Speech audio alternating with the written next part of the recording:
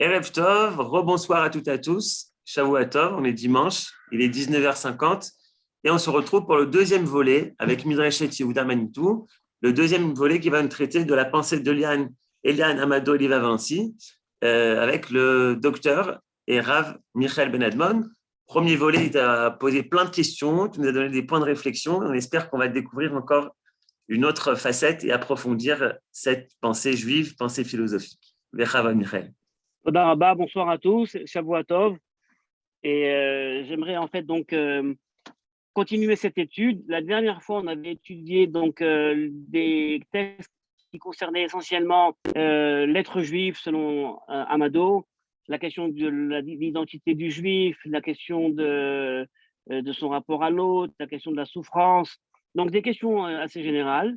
Et aujourd'hui, on va pour vous donner plus ou moins la structure de nos trois cours, aujourd'hui, on va travailler sa réflexion sur les connexions entre l'Occident et le judaïsme. Donc, quelles sont les relations entre la pensée occidentale, la pensée philosophique et la pensée du judaïsme. C'est donc ce qu'on va faire aujourd'hui.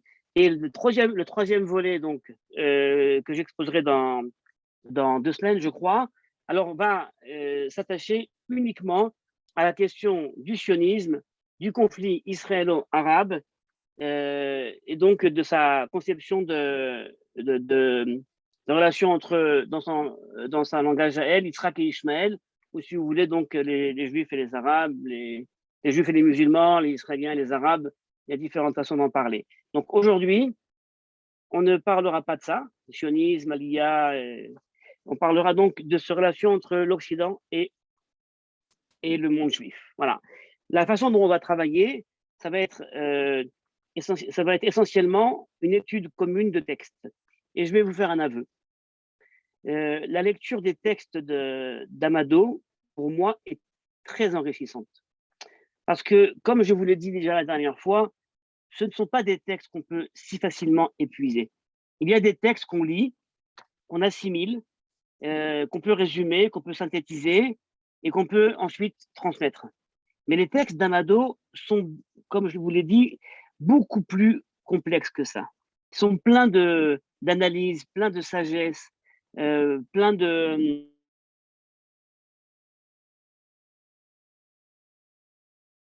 elle-même. Et donc, quelque part, c'est un challenge énorme. C'est un challenge énorme. Et je sens véritablement que me faire la voix de sa pensée, ce serait toujours, en fait, l'aplatir. Et ne pas lui donner, en fait, l'épaisseur qu'elle a quand elle écrit. Je dois vous dire qu'à la suite de la préparation de ces cours, de plus en plus vient en moi, plus que l'idée, mais l'intention ferme de m'asseoir et de traduire ces textes. Et je vais commencer par une petite anecdote. Je ne sais pas si je vous l'avais raconté, mais je ne crois pas parce que c'était avant notre cours. Mais j'ai été contacté par le Noar Aoved Va'alomed. Donc, ce sont des personnes qui, généralement, sont issues des mouvements de la Shomer HaTzaïr et qui, des fois, me téléphonent pour faire des cours, des conférences, des formations à leur cadre.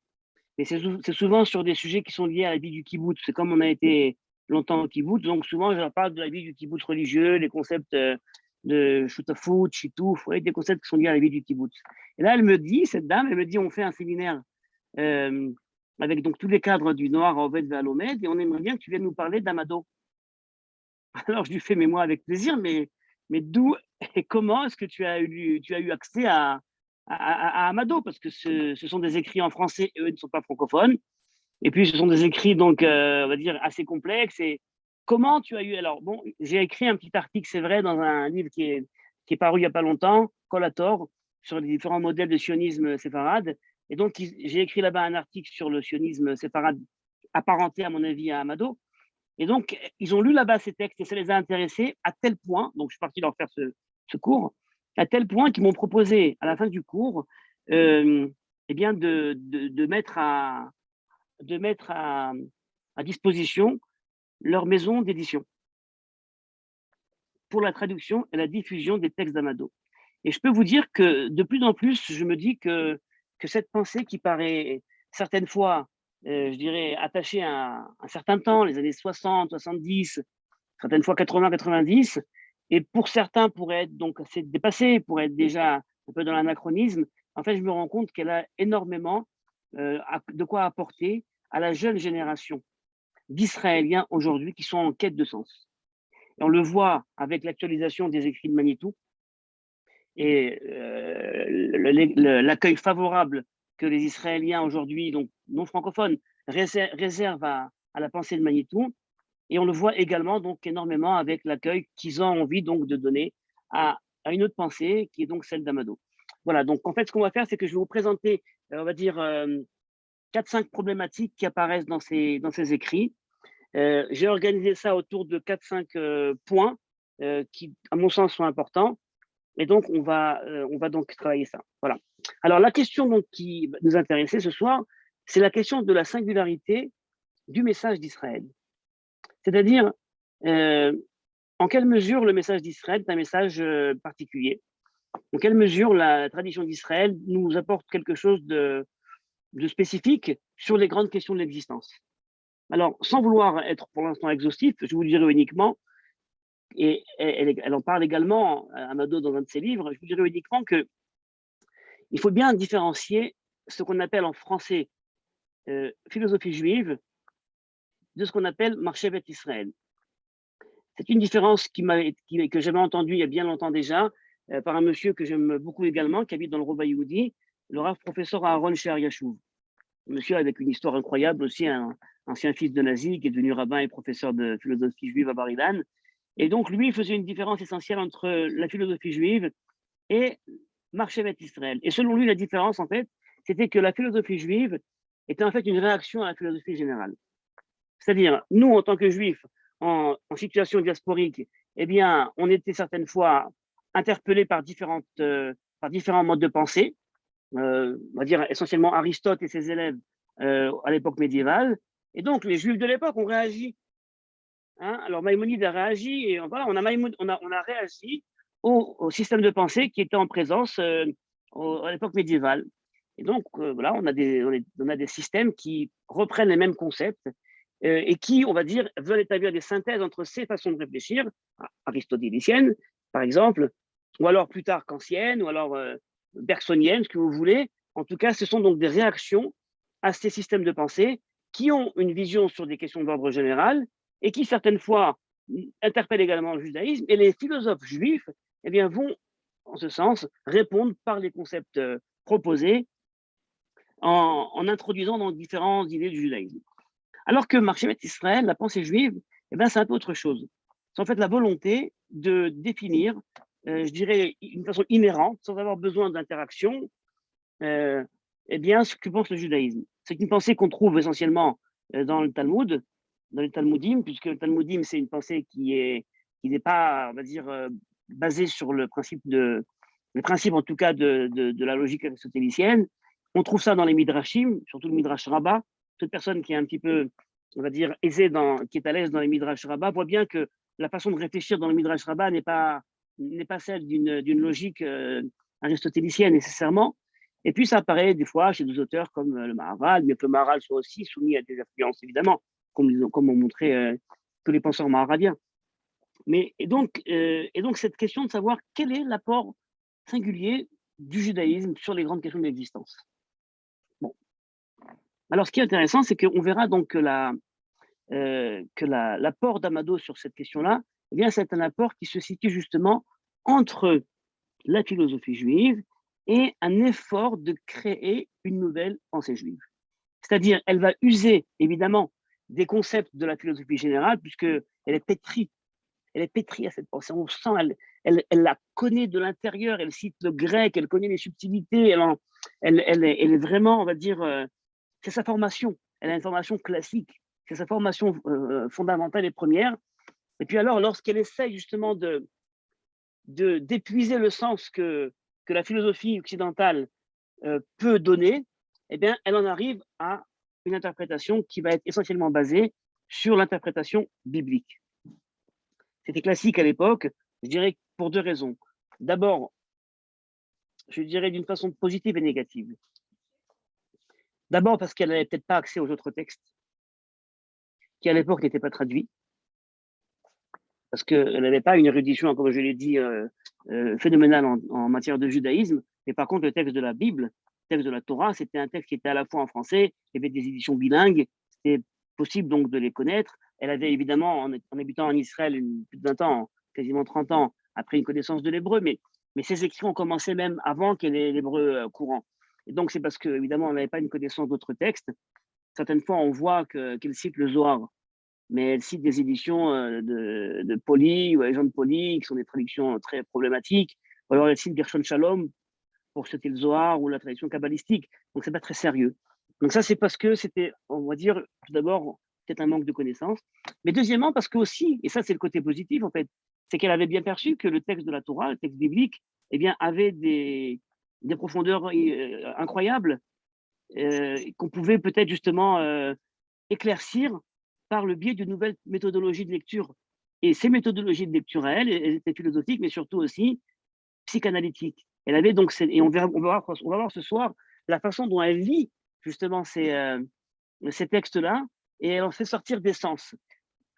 Alors, ça c'est donc pour l'introduction générale, donc elle cherche vraiment la singularité du judaïsme. Alors, cette singularité, pour elle, évidemment, elle est à réfléchir déjà au niveau des origines.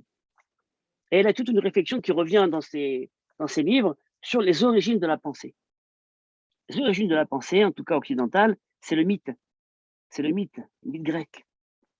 Les mythes grecs sont en fait les fondements les graines de la pensée occidentale. De la mythologie grecque va se développer la philosophie, et ensuite la philosophie donc va s'intéresser à toutes sortes de sujets avec ses limites rationalistes. Hein. Et alors nous dit Amado, ces mythes grecs, eh bien, c'est un choix qui a été opéré à un moment de l'histoire par cette culture occidentale, justement, de choisir les mythes grecs comme étant les structures fondamentales de la pensée sur l'homme. Alors évidemment, en tant que psychanalyste, elle parlera beaucoup d'Oedipe, du complexe d'Oedipe. Mais pourquoi choisir le mythe de complexe d'Oedipe pour parler justement, par exemple, des relations entre les pères et les fils? Et pourquoi ne pas choisir d'autres textes comme la Bible et par exemple se focaliser sur un événement qui soit Abraham et Yitzhak dans l'événement de la Hakeda? Parce qu'au fond, et c'est ça qui est très intéressant, elle nous propose en fait une nouvelle façon de lire le texte biblique qui est ne lisons pas uniquement des histoires. Bon, ça, c'est pas nouveau en vérité, hein. Ça, c'est déjà depuis longtemps. Les Midrashim nous parlent de ça. Mais le texte biblique ne prend pas uniquement des histoires. Si c'était uniquement, on va dire, connaître des histoires d'il y a 2500 ans de Bédouins qui habitent en terre de Canaan, c'est pas très intéressant. Mais par contre, elle nous dit le texte de la Torah doit être lu comme présentant des schémas fondamentaux de la psyché humaine. Et c'est pour ça que lorsque, par exemple, on a des histoires qui reviennent, hein, on sait qu'il y a des histoires qui reviennent avec les patriarches, Abraham et Yitzhak et Rivka, la question du rapport à Avimelech et la femme présentée comme sa sœur, d'accord? Eh bien, elle a toujours cette idée en tête, en fait, que les mythes bibliques, et le mythe, ça ne veut pas dire qu'il n'a pas existé. Un mythe, c'est une histoire qui est fondatrice d'identité. Et donc, que le mythe biblique, en fait, dit quelque chose sur l'homme.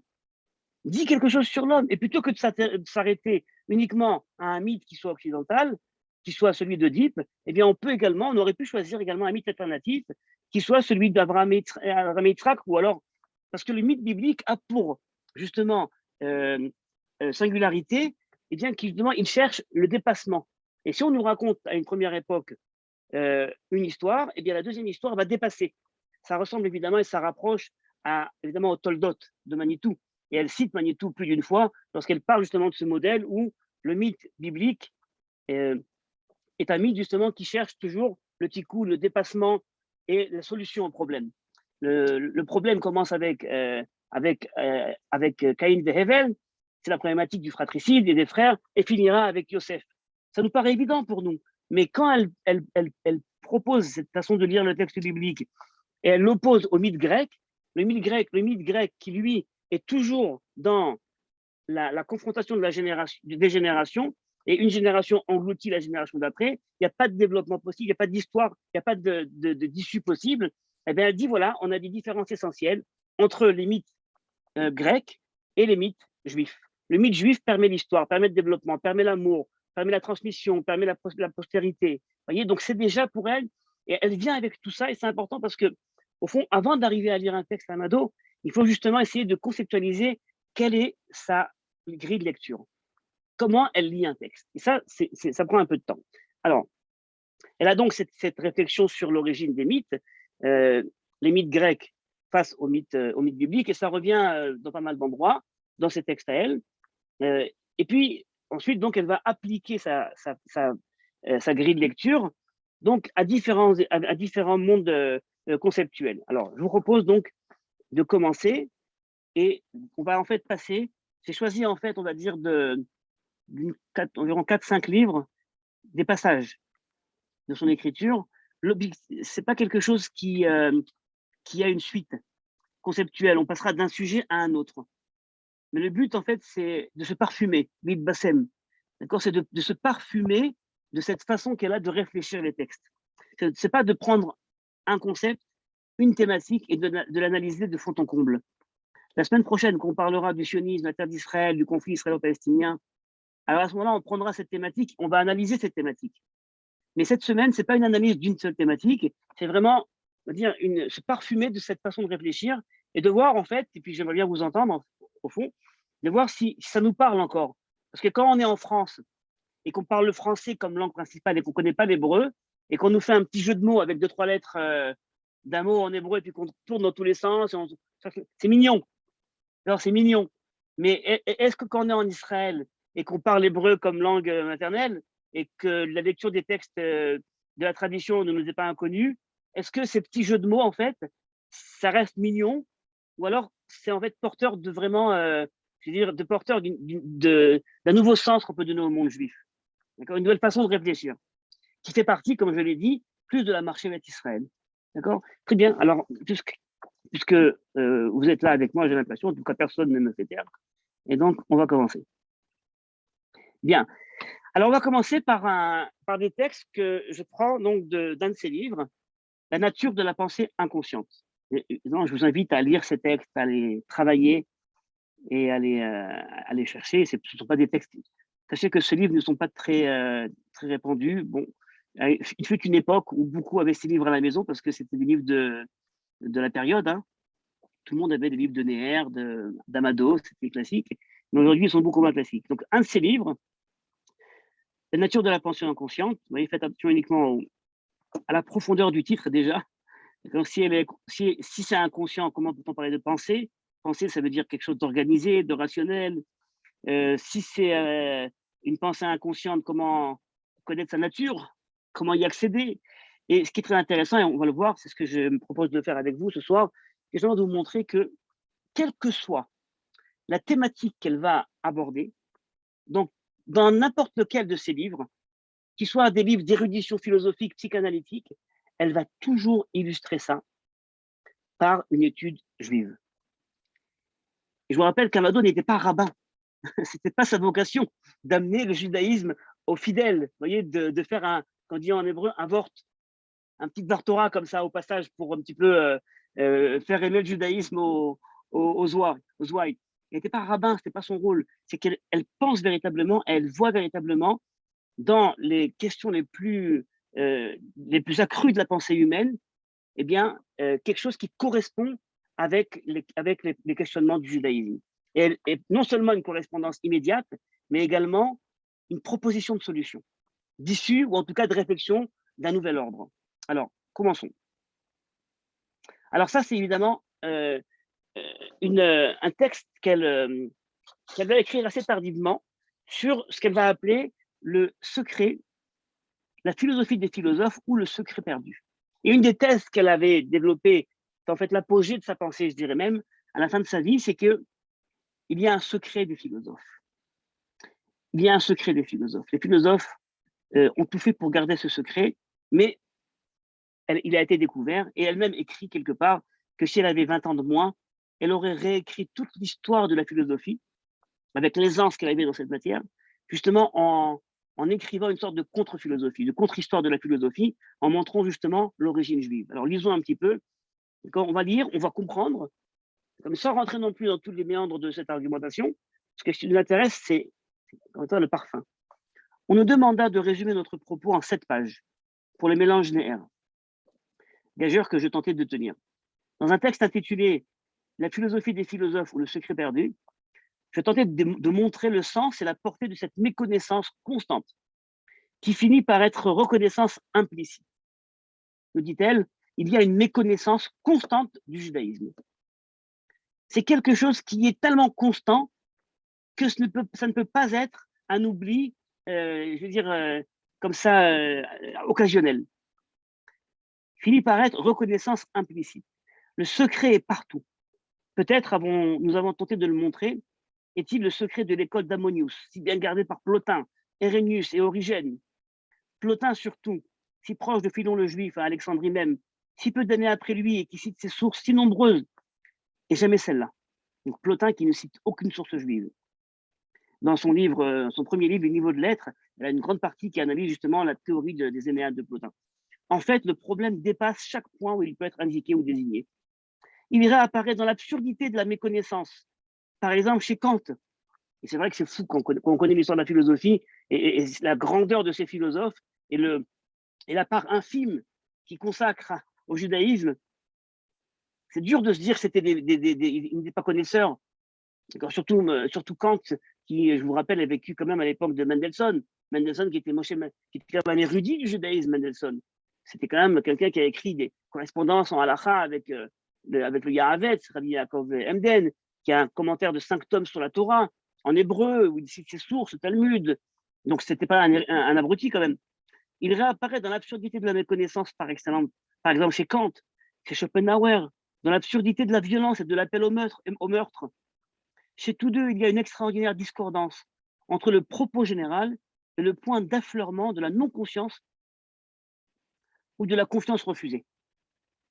Chez Kant, hiatus entre le niveau intellectuel général de l'œuvre, la rigueur philosophique et le tour de passe-passe qui élude le judaïsme dans une ignorance crasse, naïvement étalée. Chez Schopenhauer, hiatus dans le contenu philosophique lui-même. Le philosophe de la pitié, celui qui insiste sur le fait que le bourreau s'atteint lui-même dans la victime, en appelle au génocide, pas si longtemps avant l'ère hitlérienne, reniant par là même son propos, emporté qu'il est par la passion antisémite. De quelques-uns de ces problèmes, nous avons tenté de montrer l'affleurement des niveaux de l'être, son premier livre. Maintenant, ayant analysé ou tenté d'analyser certains mécanismes de passage de la pensée inconsciente à la pensée consciente et de désigner les points de concrétion ou d'émergence, nous tentons d'élargir notre propos. C'est ça en fait qui l'intéresse. Pourquoi? Il y a quelque chose d'inconscient dans le fait d'éluder la source juive. Qu'est-ce qui se passe? Pourquoi justement essayer de mettre de côté cette origine? Il y aurait une sorte d'inconscient philosophique qui, au meilleur sens du terme, porterait l'intuition et le message du philosophe. Comme plusieurs d'entre eux l'ont en effet entrevu. Il y a une intuition qui est chez le philosophe, et cette intuition, en fait, elle le prend de personne, elle en parle souvent, eh bien, c'est en fait l'intuition que le philosophe cherche à exprimer tout au long de son existence, et puis il va l'aborder une fois d'une perspective, une autre fois d'une autre perspective, et à chaque fois, en fait, il va tenter donc de donner des mots à cette intuition qu'il habite. Et donc, il y a donc cette intuition, une sorte d'inconscient philosophique, d'accord, qui porte l'intuition et le message du philosophe. Mais il y aurait aussi un mécanisme de refoulement par rapport au point de focalisation de cet inconscient philosophique porteur au niveau existentiel de signification. Il n'y a pas moins donc que cette intuition, une autre intuition, d'accord, qui est en fait une sorte de refoulement, d'accord, de cet inconscient philosophique. C'est pourquoi l'antisémitisme philosophique use exactement des mêmes mécanismes irrationnels et absurdes. C'est important ce qu'elle dit, parce qu'en fait, on aurait pu imaginer, vous voyez, un peu comme le philosophe Heidegger, en fait, ce sont des grands philosophes. Et puis, bon, ils sont tombés, ils ont vécu à une période où ils n'ont pas eu la force, le courage, l'audace de s'opposer. D'accord. Rappelez-vous de cette folle chanson-là de Goldman, si j'avais 17 ans. En fait, que tout le monde aurait pu tomber, en fait. Un peu comme s'il y a une scission entre ce qu'on peut penser et ce qu'on doit faire, et ce qu'on peut faire. Et là, en fait, elle nous dit, mais pas du tout. L'antisémitisme crasseux de ces philosophes, c'était pas du tout le fruit d'un hasard, c'est pas du tout une scission entre leurs pensées très rigoureuses, philosophiques, et puis, on va dire, leur méconnaissance de la chose juive, mais pas du tout. Il y a un lien intrinsèque. L'antisémitisme naît de cette pensée-là. Donc, c'est une accusation incroyable envers tout le projet philosophique. Un peu comme si la philosophie, en fait, ne fait qu'amener à l'antisémitisme, et quelque part, elle camoufle justement quelque chose derrière cela. Et on le verra un peu plus tard, justement, comment elle camoufle ça. C'est pourquoi l'antisémitisme philosophique use exactement des mêmes mécanismes irrationnels et absurdes, simplement plus structurés et par là même plus évidents que l'antisémitisme vulgaire. En d'autres termes, il y aurait répétition dans l'histoire de la philosophie, le sens tentant de se retrouver de siècle en siècle, à travers des terminologies et des personnalités différentes, et par là même d'advenir. Mais en même temps, ce retour du refoulé s'accompagne de son propre refus, focalisé sur le thème juif qui apparaît ça et là, gauchis, méconnaissable. Elle dit, d'un côté, donc, il y a une méconnaissance du fait juif, mais on voit bien qu'il y a un antisémitisme. Donc, d'un côté, on ne cite pas les sources juives, et puis il y a quand même ce retour du refoulé, donc un antisémitisme là très présent, d'accord, qui est justement toujours présent face au thème juif, qui apparaît ça et là, gauchis, méconnaissable, caricatural, mais par là même porteur du sens que l'on tente de lui dérober. Rappelez-vous cette théorie, on en avait parlé un petit peu la dernière fois. L'antisémite, en fait, reconnaît chez le juif quelque chose de fort. Il veut en fait, l'antisémite veut toujours être juif. D'accord? C'est un modèle classique. L'antisémite veut être juif. On a le modèle du christianisme dans ses débuts. D'accord? Le Vérus Israël. Il y a toujours cette volonté d'être le vrai Israël. Donc, quelque part, on prend à Israël le meilleur et on le taxe du pire. Et donc, quelque part, elle nous dit, vous voyez ce qui se passe en fait dans le mécanisme antisémite, c'est un peu ce qui se passe également dans la philosophie. On prend le meilleur du judaïsme et puis on ne parlera que du mauvais en parlant justement du juif et de tout ce qu'on lui et de tout ce qu'on va lui reprocher. Et c'est vrai, bah, c'est ce qu'elle nous a amené là, d'accord. Dans le rictus de la caricature apparaît encore le reflet de l'expression originelle, celle qui est reconnue par quelques rares penseurs chrétiens, comme Kierkegaard, qui eux vont citer leurs sources, comme Peggy, par ailleurs méconnue et reconnue à la fois par de nombreux penseurs juifs, au nombre desquels il faudrait bien compter Freud, Marx et Bergson. D'accord. Elle parle même justement de cet oubli, même chez les juifs eux-mêmes, qui en fait, quelque part, font tout pour oublier cette source du judaïsme, mais au fond, ils reviennent eux-mêmes à quelque chose d'intimement juif. Elle dit Bergson, ce juif qui s'est oublié et qui ne cite aucune de ses sources juives et qui, au bout du compte, a peut-être même été vouloir se convertir. Je ne sais plus s'il s'est converti réellement. Je crois qu'il s'est converti, Bergson. C'est Bergson ou Durkheim s'est converti, je ne me rappelle plus. En tout cas, il nous dit, mais le fond de sa pensée, c'est une pensée hautement juive. L'intuition de l'élan vital et de la mémoire vive, ça, ce sont des intuitions hautement juives, mais il ne cite pas leurs sources. Et bon, après, évidemment, ça va aller un peu dans plusieurs. Je ne vais pas rentrer dans toutes ces analyses. Bien, on continue. Voilà. Alors là, c'est intéressant. Vous voyez, c'est aussi un texte que j'ai trouvé. Je vais le lire avec vous. Un texte en fait où elle parle elle-même de son développement par rapport à cette question. Comment elle est arrivée justement à percevoir peu à peu cette histoire-là de l'antisémitisme camouflé, de secret perdu des philosophes. Chaque œuvre, croyons-nous, est lentement préparée par la totalité du passé. Quand on écrit quelque chose, qu'on pense à quelque chose, c'est pas qu'on s'assoit un matin sur notre table de travail et on se dit, bon, maintenant, je vais écrire sur les haricots sur la Lune. Non, c'est un sujet qui nous travaille depuis longtemps, auquel on a déjà consacré des lectures, de la réflexion. Et donc, elle nous dit, chaque œuvre, croyons-nous, est lentement préparée par la totalité du passé. Celui de la conscience et celui de l'inconscience individuelle et collective, voire historique, qu'il apporte. Pourtant, elle a généralement, au niveau conscient, un instant daté, qui résume tout et prépare tout. Donc, on a en fait des thématiques qui nous travaillent, ça chacun, pendant des années. Puis un beau matin, on a envie de se dire, allez, on va s'asseoir, on va écrire quelque chose. On va faire le point sur la question. C'est comme ça que ça se passe. Mais ça, on ne peut pas le dater. À partir de quand, vraiment, on s'est dit, il faut parler de ça. Il faut aborder cette question, c'est crucial. Et on peut dater, par contre, l'instant où on a commencé à s'asseoir. Il s'inscrit comme le souvenir pur décrit par Bergson et par Marcel Proust, ici, inséparable, à la fois d'une expression nette qui est le bourgeon et la promesse de la pensée, et d'une image qui en constitue le contexte. Je me souviens fort bien avoir conçu l'essentiel de mon travail sur les niveaux de l'être et la formulation d'une certaine dialectique de la connaissance, du subjectif au subjectal, dans un taxi vers les années 50, un peu plus tard. Ce moment-là est déjà solidaire de celui que nous voulons évoquer aujourd'hui. C'est vers la fin de 1965, et j'allais faire une conférence à Mulhouse. Donc, elle est partie en Israël en 67-68. Hein. L'idée de la nature de la pensée inconsciente me hantait déjà. Et depuis peu, à travers la vitre du train, je regardais le paysage détrempé. J'aime beaucoup quand elle se livre comme ça dans ses livres, où elle parle vraiment d'elle, de ce qui l'a amené à. À travers la vitre du train, je regardais le paysage détrempé, les longues lignes grises des arbres dénudés, le sol gluant de feuilles. J'étais dans cet état d'attention flottante que Freud recommande, le cœur serré, sans que je l'accepte tout à fait. Comme chaque fois que de Paris, je vais vers l'Est, en pensant que c'est la route de ce voyage sans retour que tant des miens ont suivi. Évidemment, elle parle de sa maman qui est morte à Auschwitz. Quelque chose germait en moi. Un ras de conscience, sorte d'écume frémissante, aux bulles éclatées, presque insaisissable, et dont soudain émergea une pensée formulée. Sur la couverture d'un roman policier, je traçais ces quelques mots. La pensée inconsciente. Une pensée à l'état naissant.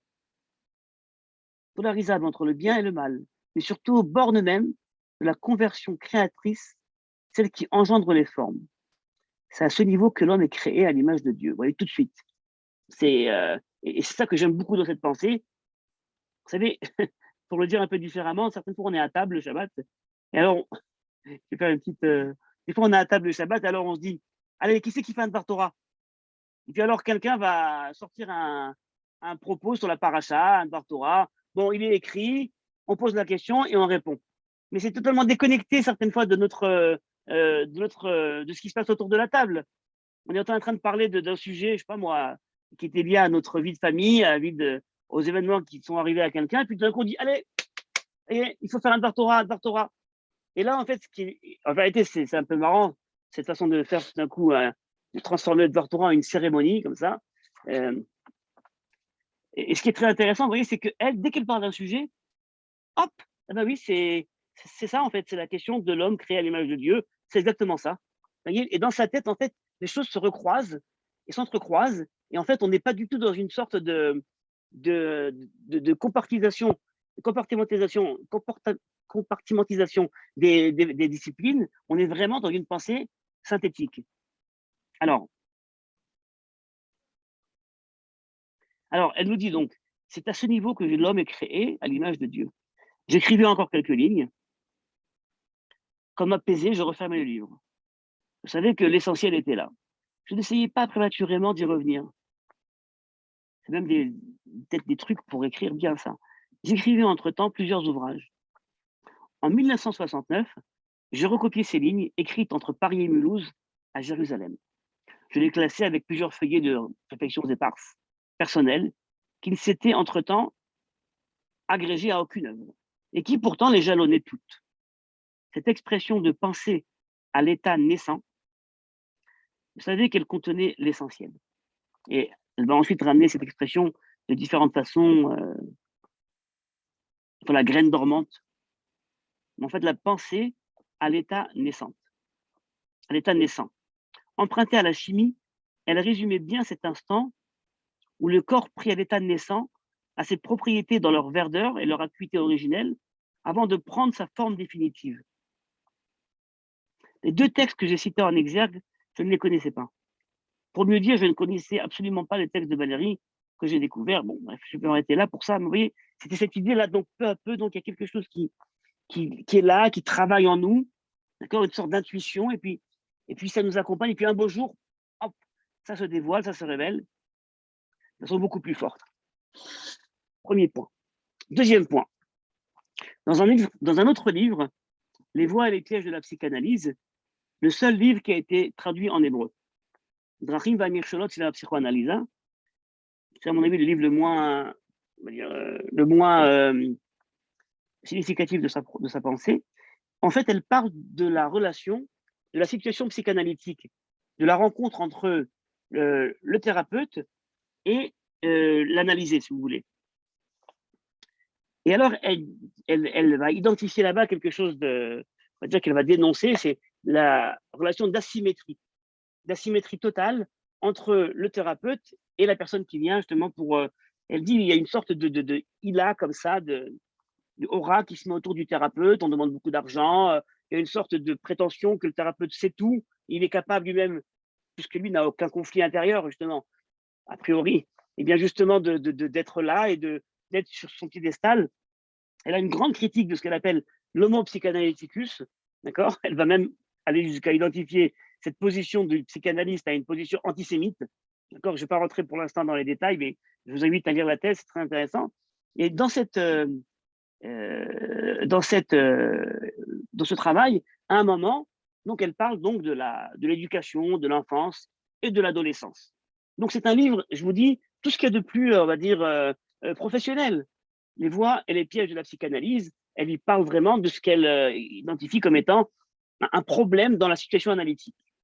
Bon, elle propose des solutions, évidemment, et puis là, elle nous parle donc de cette idée d'éducation, et c'est ça, d'ailleurs, je me pose la question, combien à l'époque, les éditions qui ont édité ces livres, qui étaient souvent des éditions universitaires, hein, celui-là, il a été édité vraiment au PUF également, édition universitaire en tout cas, eh bien, combien, et à la fois au niveau de la pagination avec des mots en hébreu, et combien certaines fois ils se disaient, mais est-ce que c'est vraiment de la psychanalyse, c'est du judaïsme, c'est quoi exactement?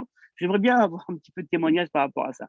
Très venons, lisons un petit peu, justement, comment est-ce que lorsqu'elle travaille un sujet, qui est donc l'adolescence, et elle parle donc des crispations autour de l'adolescence, elle parle des problématiques, des obstacles, et donc tout d'un coup, elle va se tourner vers la pensée, vers le texte biblique et vers l'hébreu. Elle va y trouver quelque chose de très intéressant. Alors, on va un peu lire ensemble. Dès l'enfance, l'éducation est dans nos sociétés à la fois compétitive et solipsiste.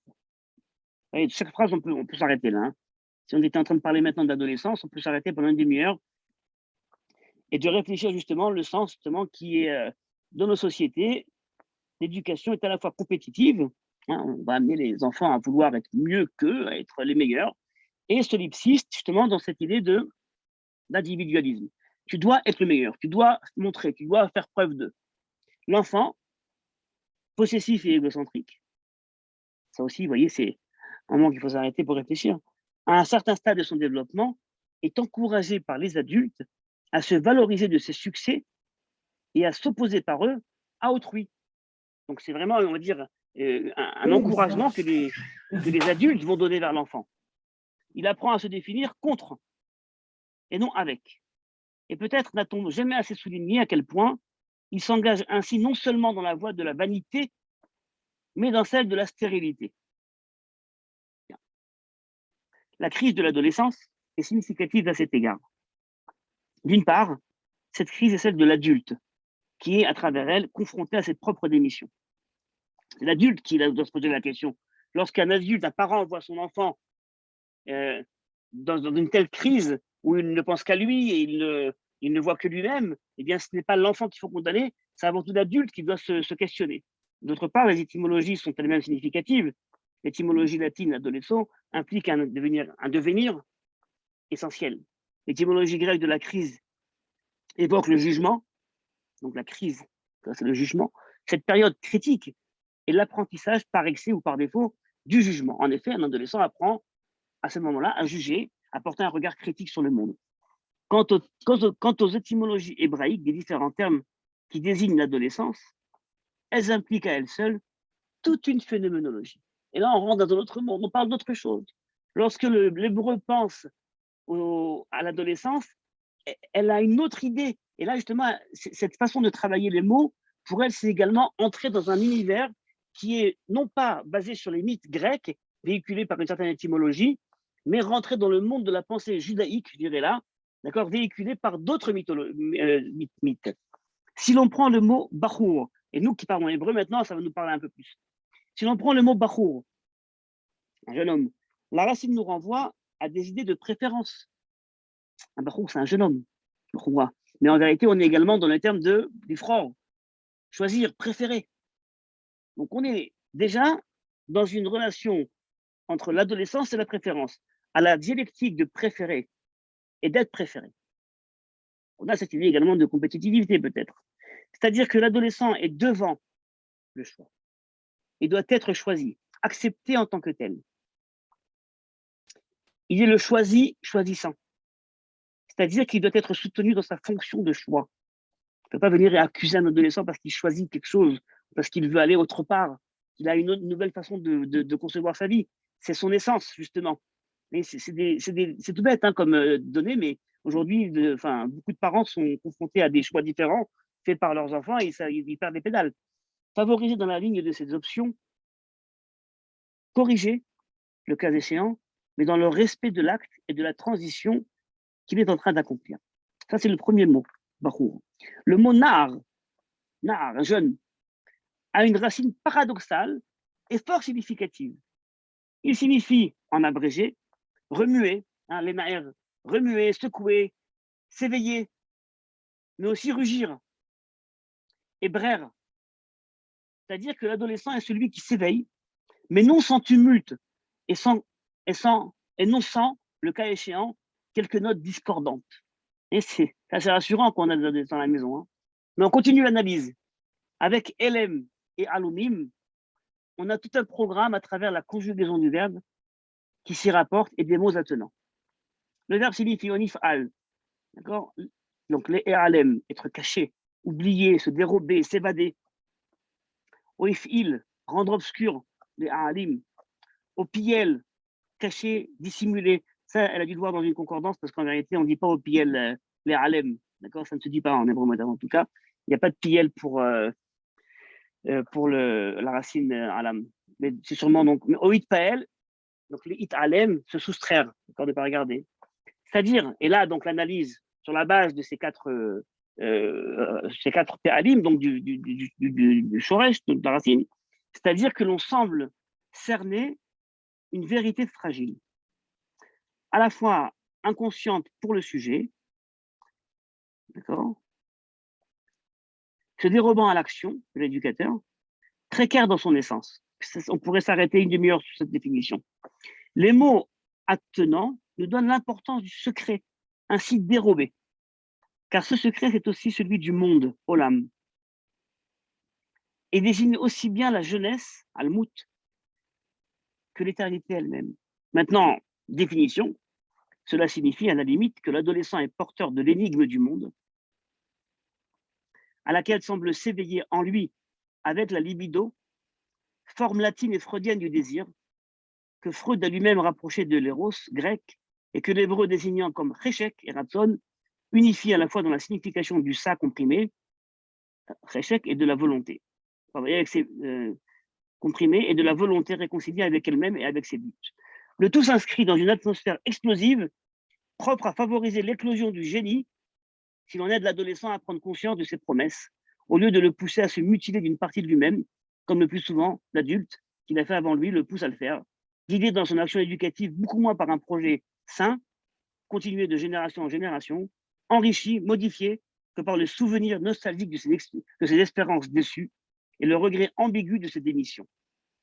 Donc, c'est encore une fois l'idée, chaque génération va faire mieux que l'autre. Et le parent doit encourager son adolescent à découvrir justement son secret ou la façon dont il va découvrir le secret du monde.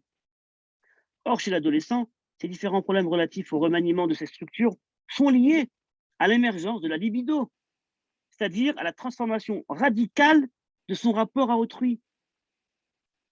Lorsque l'adolescent aborde le stade de l'amour, il se sert de ses mérites. Et cela se trouve aussi dans les espèces animales, ce qui ne prouve pas que ce soit pas à dépasser. Pour la parade, bref, je ne vais pas maintenant rentrer trop dans... Enfin, vous voyez comment est-ce que lorsqu'elle réfléchit d'une façon extrêmement professionnelle, sérieuse, la question de l'adolescent, la relation entre le parent et l'adolescent dans ses choix, dans ses digressions, eh bien, pour elle, cette réflexion sur l'hébreu a de quoi dire et de profond. Vous voyez, elle fait parler cela. On continue. Dans un autre livre, et ça, à mon avis, c'est le livre qu'il faut traduire en hébreu. Hein. S'il y avait un seul livre à traduire en hébreu, c'est celui-ci, Le temps dans la vie morale. Vous voyez, avec l'épitaphe du Baal Shem Tov, Pesrira Sod de Géoula. Alors, et dans ce texte-là, donc un livre passionnant hein, en soi, eh bien, donc elle parle de Tchouva. D'accord, le motif de ce texte-là, c'est la Tchouva. Donc c'est un texte, à mon avis, le meilleur qui a été écrit sur la Tchouva, à côté des grands textes comme Orota Tchouva, comme la Tchouva du Soloveitchik, mais c'est un grand texte. Et alors regardez ce qu'elle écrit là-bas. La faillibilité de l'homme fait qu'il ne distingue pas toujours le bien du mal. C'est une question de faillibilité. Et que lorsqu'il les distingue, son choix n'est pas pour autant assuré. Entre la conception du mal, ignorance, et celle du choix perverti, l'homme tourne autour de sa propre énigme. Des fois, on ne comprend pas vraiment quel est le bien, quel est le mal. On n'arrive pas à définir vraiment où est le bien, où est le mal. Et certaines fois, on fait le mauvais choix. Donc, des fois, on se trompe simplement. Et des fois, on fait un mauvais choix d'une façon consciente. Et donc, l'homme tourne autour de sa propre énigme. Tantôt, il s'accuse de ses erreurs comme de fautes. Tantôt, il s'accuse de ses erreurs comme de fautes. C'est-à-dire, j'ai fait une erreur, mais plutôt que de la considérer comme une erreur passagère, je me dis non, c'est une faute grave. Et ne parvient-on pas toujours, en effet, toujours à mettre le doigt sur sa responsabilité? J'ai négligé de l'informer, scotomiser une évidence, précipiter mon jugement, certaines fois. Tantôt, il se disculpe de ses fautes en les traitant comme des erreurs. Et n'y a-t-il pas toujours des circonstances atténuantes, un sentiment trop fort qui aveugle la raison, une éducation conformiste qui a masqué la vérité, une information qui manquait, le mensonge d'autrui? L'analyse est infinie, qui convertit en erreur ma faute. Écoutez bien, en faute mon erreur, et l'Écriture le sait bien qui commande, tu ne jugeras point. Cette histoire-là de tu ne jugeras point, je ne sais pas à quel passage elle fait allusion. Car l'ambiguïté est souvent infléchie de façon fallacieuse. Là, une phrase, à mon avis, qui est très importante, à réfléchir toute l'année, mais surtout avant Tishré. Je juge comme des fautes les erreurs d'autrui et mes propres fautes comme des erreurs. C'est sympathique, hein, quand même.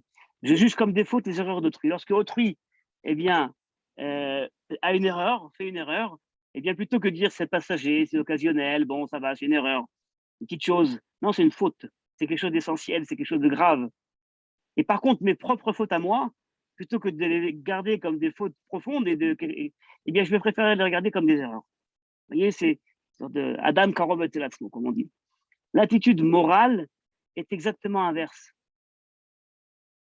doit être inverse. Et l'ambiguïté doit profiter à l'autre. Mon ignorance de ses propres mobiles, sa propre dialectique doit me pousser à l'indulgence. Donc je dois en fait considérer les fautes d'autrui comme des erreurs. Sait-on jamais, le peu que je sais de moi, déjà m'invite au scrupule. Quoi qu'il en soit, j'ai l'expérience de ma propre faillibilité et il y a en filigrane la faillibilité humaine. Ça me rappelle un texte de Rabbi Tzadok, très important, puisque tout le monde peut fauter, tout le monde peut tomber, et donc on ne peut pas juger. Ma sévérité envers autrui, mon intransigeance, ne sont que refus de ma propre faiblesse. Hein, on préfère condamner autrui plutôt que de mettre les lumières sur ma faiblesse. Prétention à faire mieux. Moi, au contraire, telle est l'antithèse fallacieuse sous-jacente à la critique. Mais mon expérience de la faillibilité m'apprend au moins quelque chose. Qu'elle soit erreur ou faute, la transgression d'un ordre porte atteinte au devenir. La transgression d'un ordre porte atteinte au devenir. Tout le temps, le bloc, le disloque, le repli sur lui-même, on nous retourne sur lui. Oui, parce que dès lors qu'on ne prend pas conscience vraiment du problème, on ne peut pas changer, on ne peut pas évoluer. Donc, il n'y a pas de devenir possible. Vous voyez, cette façon de camoufler la culpabilité, l'origine de la faute, vient en fait nous empêcher d'avancer. toute erreur, toute faute interrompt un processus. La faute d'orthographe aliène le sens. L'erreur mathématique nous accule à une impasse. Le raisonnement n'avance plus. Nous nous heurtons à l'absurde, à la démesure. Nous tournons en un cercle que notre erreur a fermé. L'enchaînement logique est brisé, le déroulement du sens ne se fait plus autour d'un nœud inaperçu. Les chevaux de nos pensées inextricablement s'enchevêtrent. Et si au niveau de l'expérience primitive, la faute préexiste à la tentation, la durée n'en est pas moins pour autant désormais insoutenable ou étrangère. Une phrase importante qu'elle a développée dans un des chapitres dans ce livre, hein, très important, au niveau de l'expérience primitive, la faute préexiste à la tentation. Très important comme phrase. En effet, et là évidemment, d'après vous, eh bien, elle ne va pas rester quand même à son analyse uniquement psychologique de la faute et du jugement moral.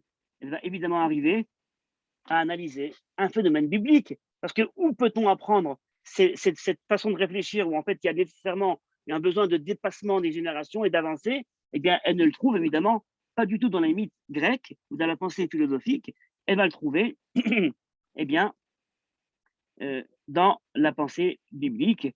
D'accord, on va lire un petit peu. J'ai fait quelques pages là.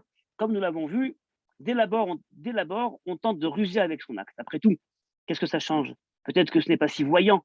Accusé, on tente d'expliquer ou de se disculper en chargeant autrui ou de noyer le forfait sous la forfanterie. Suis-je le gardien de mon frère? Vient le temps où tout a fait long feu. Le temps où les dernières miettes du temps de l'innocence ont fait long feu.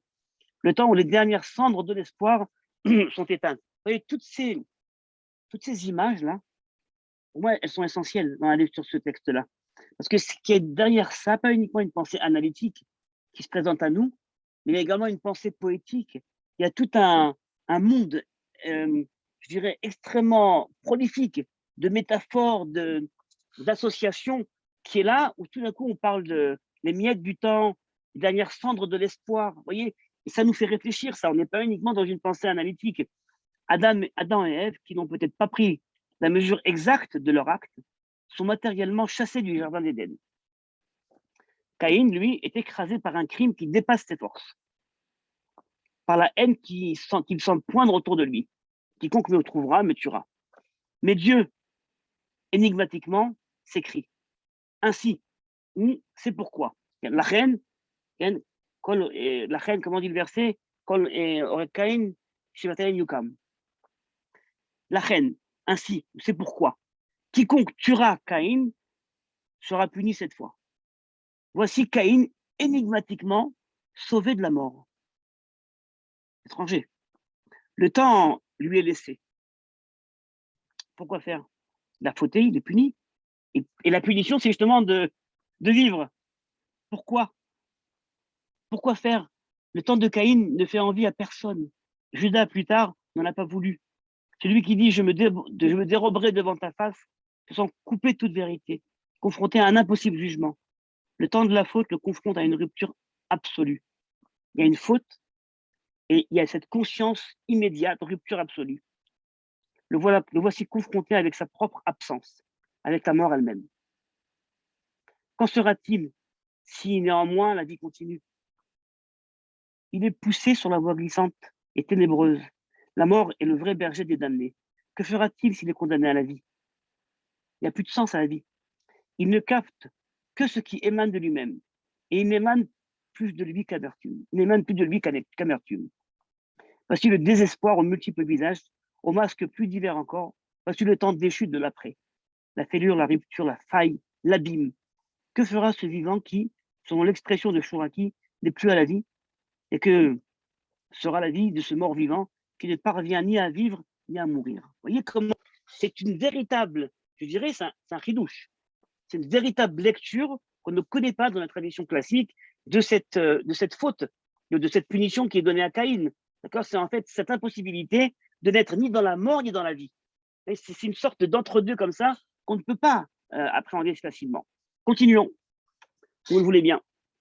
Et encore quelques minutes et après on arrête la présentation, on parlera donc. Alors dans son livre La racine et la source, et c'est sur le judaïsme, alors évidemment, elle a pas mal d'articles très intéressants, mais un article qui est sur, je vais prendre ça avec moi, c'est sur, je vais vous dire le titre exact, c'est sur, 193, c'est sur le problème de la femme dans le monde moderne. Donc, elle s'affirmait comme une femme juive. Elle avait écrit un petit pamphlet. Oui, je suis une femme juive. On avait parlé de la difficulté qu'elle avait même à évoluer dans un monde masculin, tout génie qu'elle était. Et alors, donc, elle a un texte. Voilà, c'est les problèmes de la femme dans le monde moderne et le judaïsme. Bon, elle en parle beaucoup. On est dans des années, donc, évidemment, en 61, vous voyez, le féminisme commence à prendre de l'ampleur. On commence à parler des possibilités de changement. On a un regard critique sur ce qui se passait auparavant, l'ordre patriarcal. Et alors, regardez, je vais le dire un petit peu je lis sur un temps un petit peu humoristique, mais c'est aussi, je dirais, significatif d'une certaine pensée. Je dois vous parler, donc c'est une conférence à la Bisou, en octobre 61. Je dois vous parler aujourd'hui des problèmes de la femme dans le monde moderne et du judaïsme. Quand je suis arrivé, j'ai été accueilli par les organisatrices qui m'ont dit « Nous sommes très curieux de savoir ce que vous allez nous dire. » J'ai répondu « Moi aussi. » Ce n'était pas tout à fait une boutade. J'ai bien là quelques notes, mais elles ne prétendent pas épuiser le sujet. Elles constituent plutôt une série de directions possibles, mais je préférerais me laisser aller à bavarder autour de ces grandes lignes plutôt que selon un plan au détail rigoureux. Bon, et puis évidemment, après, pendant une dizaine de pages, elle va donc parler des différentes problématiques qu'on peut aborder concernant la question de la femme au travail, la femme au foyer, la compatibilité entre la carrière et la maison. C'était des thématiques qui étaient à l'époque un petit peu, on va dire. Et puis évidemment, après, elle nous parle de l'apport du judaïsme. En fait, qu'est-ce que le judaïsme, lui, a quelque chose à dire? L'apport du judaïsme, y pouvons-nous trouver quelques réponses? Et cela nous demandera un effort. Je rappelle que les textes essentiels en Israël, en tout cas, qui parlaient du féminisme, en tout cas de la place de la femme, sont bien plus tardifs. Hein. Une femme très importante en Israël, c'est le professeur Tamar Ross. Eh bien, elle a développé cette théorie bien plus tardivement. Bon, c'est une autre forme de féminisme aussi, elle est américaine d'origine, c'est un féminisme qui va vers le changement anarchique, mais c'est un peu différent. En tout cas, il s'agira de chercher, après une étude de prime abord, si derrière la lettre, on trouve quelque chose qui nous permette de répondre en profondeur aux questions posées par l'actualité. Vous voyez, encore une fois, qu'est-ce que le monde juif, dans ses origines, dans ses mythes originels, dans ses mécanismes, dans ses finalités, a à dire sur une question contemporaine? Et ne pas le dire sur un mode, encore une fois, de Dvar Torah, comme ça, des péchés, comme sur quelque chose qui n'a rien à voir. Et si nous arrivons à quelque chose, nous saurons de conclure. Bon, je saute évidemment pas mal de pages. Vous voyez, on passe de la page 194 à 209. Et puis uniquement pour vous montrer plus ou moins à quoi elle veut arriver. Car finalement, qu'est la femme dans son essence première, sinon une interlocutrice? Et ici, je m'appuie sur le texte biblique, proprement dit. Je ne me réfère pas aux philosophes comme Nietzsche, qui définit le mariage comme une conversation de 50 ans. Je me réfère au texte biblique, auquel je faisais allusion tout à l'heure, celui de la naissance de la femme. Dieu décide qu'il n'est pas bon que l'homme demeure seul et qu'il lui faut un être semblable avec lui. Bon, elle a tout un texte qu'on va dire un petit peu, pas énormément. Je n'ai pas voulu prendre tout ce texte-là, mais par exemple, vous voyez cette façon de voir, même le texte que je n'ai pas ramené là, c'est quand elle parle par exemple de la Mila, la circoncision. Et elle dit la circoncision a été perçue par Freud comme étant une castration. Elle dit en fait c'est totalement opposé, et c'est vrai que dans un monde qui vient sur la pensée des Grecs, c'est la castration, c'est le manque de fécondité, c'est la stérilité. Elle dit mais ça c'est totalement opposé à ce que le monde juif veut dire, puisque le mot Mila, eh bien, peut également être à rapprocher du mot moule, du face-à-face. Donc, la Mila, c'est avant tout la possibilité de créer un véritable face-à-face avec autrui, avec son épouse. Et donc, on est dans une configuration absolument différente. Voyez. Donc, en vérité, je vous ai montré plus ou moins, on va dire, différents aspects d'une pensée qui, comme vous avez pu, j'imaginer, le voir vous-même, est d'une richesse incroyable, parce que c'est quelques lignes qu'on voit à chaque fois, c'est quelques pages, et on en a comme ça des milliers de pages. Vous voyez, on a des milliers de pages pétries d'une sagesse, d'une réflexion, qu'il faudrait vraiment, on va dire, voilà. Donc, moi, je me suis dit, il faut absolument traduire ces livres, il faut absolument commencer à récolter ces différents pirouchim, mais c'est même pas des pirouchim, parce qu'un pirouche, encore une fois, c'est, voyez, prendre quelque chose d'un tout, et puis, c'est même pas un pirouche, c'est une réflexion sur la vie, sur le monde, et donc, en faire quelque chose. Voilà. C'est ce que je voulais vous présenter, et à partir de maintenant, donc, je je vous donne la parole. J'attends vos remarques, vos questions, vos impressions. Voilà. Merci beaucoup, Toda Rabba Michael. Vous allez maintenant pouvoir ouvrir les micros. S'il y a des questions, des remarques. Donc, si Dieu veut, on aura le 3e volet dans 2 ou 3 semaines. Qui a une question?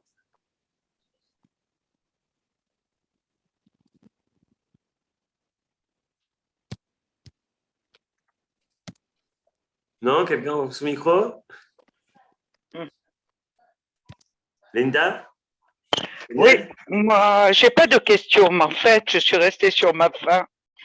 J'ai beaucoup apprécié Amado Marie Valenci, que j'ai connu il y a des années à Mayanot.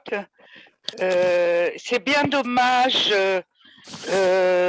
que l'on nous donne pas un peu plus d'explications sur ses écrits, car prenons le cas de la femme, il n'a pas achevé. Et il a ouvert des parenthèses, mais il ne les a pas fermées. Je sais que tout à chacun doit faire son propre travail, mais c'est dommage. C'était très intéressant, ceci dit. Alors, je vais vous dire, Madame Linda, tout à fait. Mais c'était pour moi volontaire, parce que si on avait pris une thématique, on aurait passé la soirée sur... On n'aurait même pas épuisé la thématique en 1h30. Et donc, ce que je voulais ce soir, c'est avant tout vous présenter, parfumer, comme j'ai présenté ça, présenter la façon dont elle réfléchit, beaucoup plus qu'en vérité, une thématique qui va être analysée de fond en comble. Mais j'espère que vous le ferez la prochaine fois.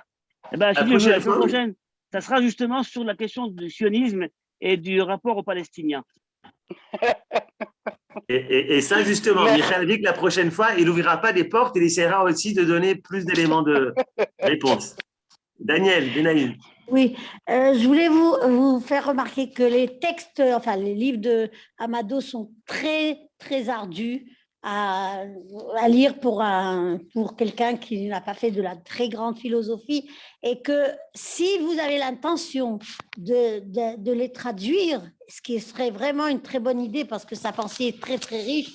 Et nous, enfin moi qui suis là en Israël depuis 52 ans, on a eu la chance d'avoir des colloques entre Neher, Manitou et Amado, et Beno Gross. Et il faudrait avoir une traduction qui soit peut-être qui soit accessible, disons, au grand public. Si on veut rendre la pensée d'Amado accessible à un grand nombre de choses, c'est ce qui serait très, très important, c'est de voir comment on peut traduire ça, parce que ça me paraît très, très, très difficile de faire tout ça. Mais oui, c'est un des problèmes, parce que, je vais vous dire, quand elle prend dans son premier livre, les niveaux de lettres, le pied d'analyser donc la pensée occidentale, donc elle connaît parfaitement Platon, Plotin, elle connaît parfaitement Spinoza, Schopenhauer, elle nous en parle avec aisance, et des textes originaux et des recherches qui ont été proposées pour comprendre ces philosophes, et ensuite elle donne son avis. Donc la lecture de ce texte-là, c'est déjà, vous voyez, avoir des connaissances incroyables sur ces textes. Elle nous parle, son livre sur le Moïse de Freud, elle a la même critique de Freud par rapport à Moïse, la référence occultée. Moïse ne parle pas de Freud, Freud ne parle pas de Moïse, ou alors il en parle justement en disant n'importe quoi, et quelque part, pour comprendre son livre, il faut connaître parfaitement Freud, au moins ce texte de Moïse de Freud. Pareil pour Jung, dans son livre sur Job, Réponse à Jung, il faut déjà connaître bien Job, il faut connaître bien Jung, et puis ensuite elle en parle. Donc il y a un problème structurel. On a affaire, comme je l'ai dit, et je ne vous le cache pas, je pense à une géante de la pensée.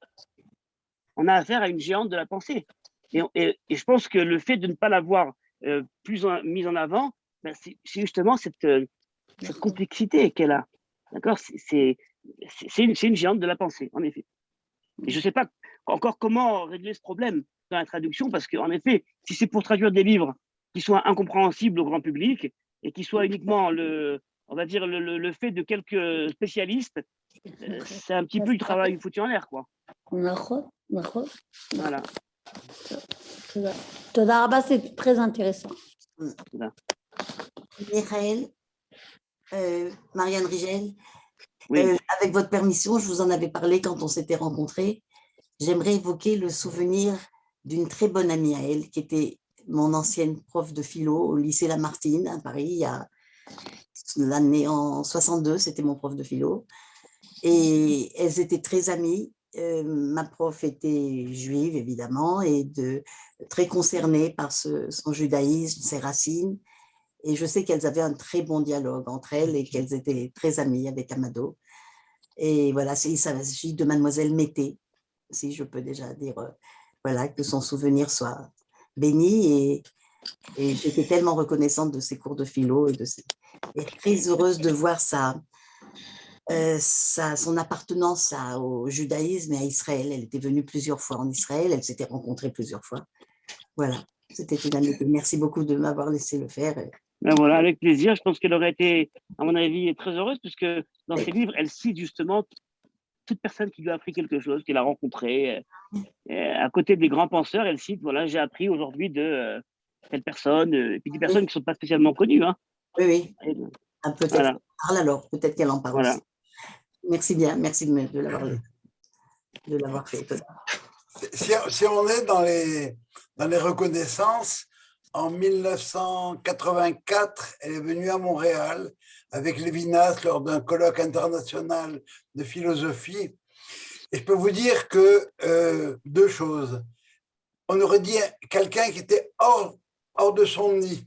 Il n'y avait pas moyen de la faire aller n'importe où, pour n'importe quoi. Elle voulait rester dans son hôtel ou aller se balader. Rien de plus. Quand elle n'est pas en Israël, elle ne vivait pas. La première chose. La deuxième chose, c'est que l'hôtel où elle résidait était envahi par des jeunes Québécoises. Je dis bien des Québécoises qui tenaient à la rencontrer, à lui parler, à la toucher, etc. C'était dans les années 84, le mouvement féministe commençait à fleurir, et puis ils en ont fait une icône. Et vraiment, bon, j'ai maintenu avec elle quelques échanges épistolaires. C'était une grande dame à l'extérieur et à l'intérieur. Ben, vous voyez, vous dites quelque chose qui m'intéresse énormément. Justement, la façon dont elle a été reçue, acceptée, perçue au Canada, à Montréal. J'ai absolument aucune idée de ce qui s'est passé là-bas. C'était phénoménal. Ah oui. Et intéressant. Très agréable, très agréable. Intéressant.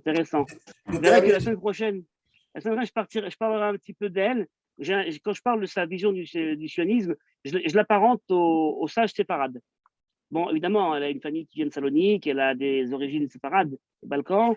Mais c'est vrai que je vois dans sa vision du sionisme quelque chose qui est beaucoup plus proche du monde séfarade que les approches ashkénazes qu'on connaissait des différentes écoles sionistes. Et donc, c'était intéressant cette idée, parce qu'à Montréal, peut-être à l'époque déjà, il y avait des séfarades qui étaient essentiellement intéressés par tout ça. Mais enfin, voilà, vous ouvrez une parenthèse qui m'intéresse beaucoup sur ce sujet-là.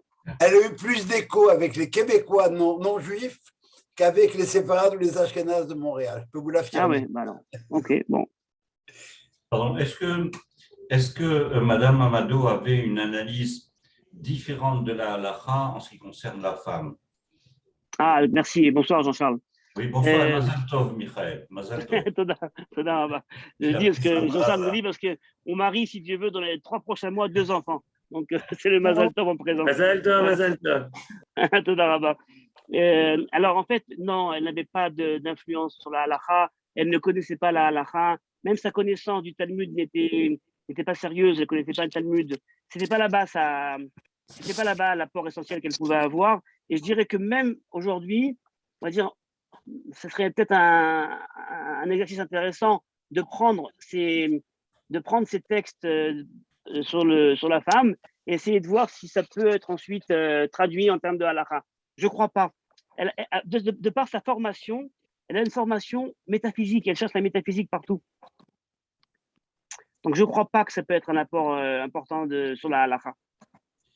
Puisque les gens ont parlé d'elle, je vous indique, moi, je ne l'ai pas connue dans une université, mais dans une boucherie cachère. Et je l'ai reconnue et je lui ai demandé, je dirigeais les étudiants à l'époque à Aix-en-Provence, si on pouvait venir chez elle pour parler avec elle. Elle nous a immédiatement accueillis et à chaque fois qu'elle arrivait à Aix-en-Provence, nous allions la voir. L'accueil était très, très, très chaleureux. Et on n'avait pas l'impression de parler à une philosophe. On avait l'impression de parler à une femme qui avait une vision sur tout. C'était très agréable. Voilà, voilà.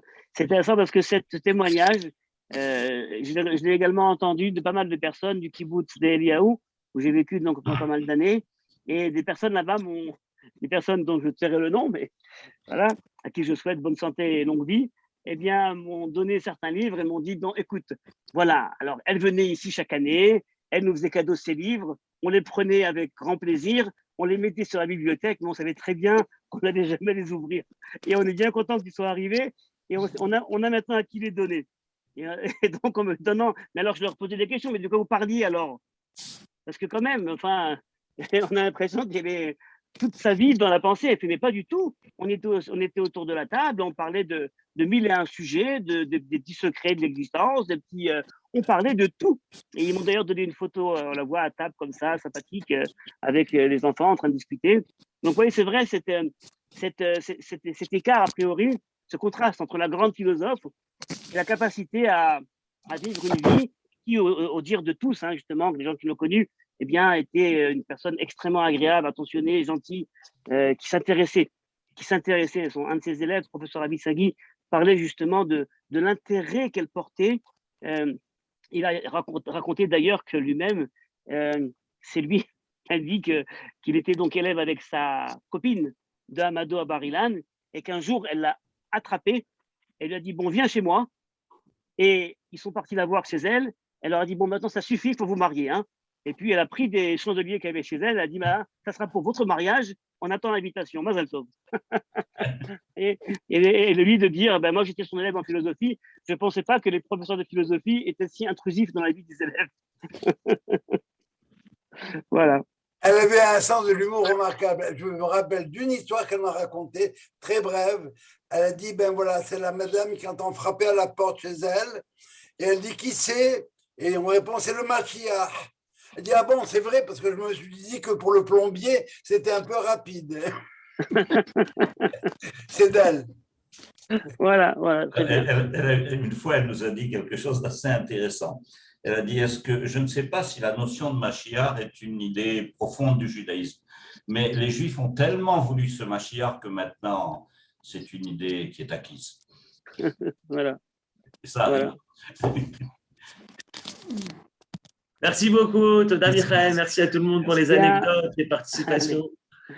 Bonsoir à tous. On se retrouvera pour le 3e volet. Shalom, shalom. Shalom.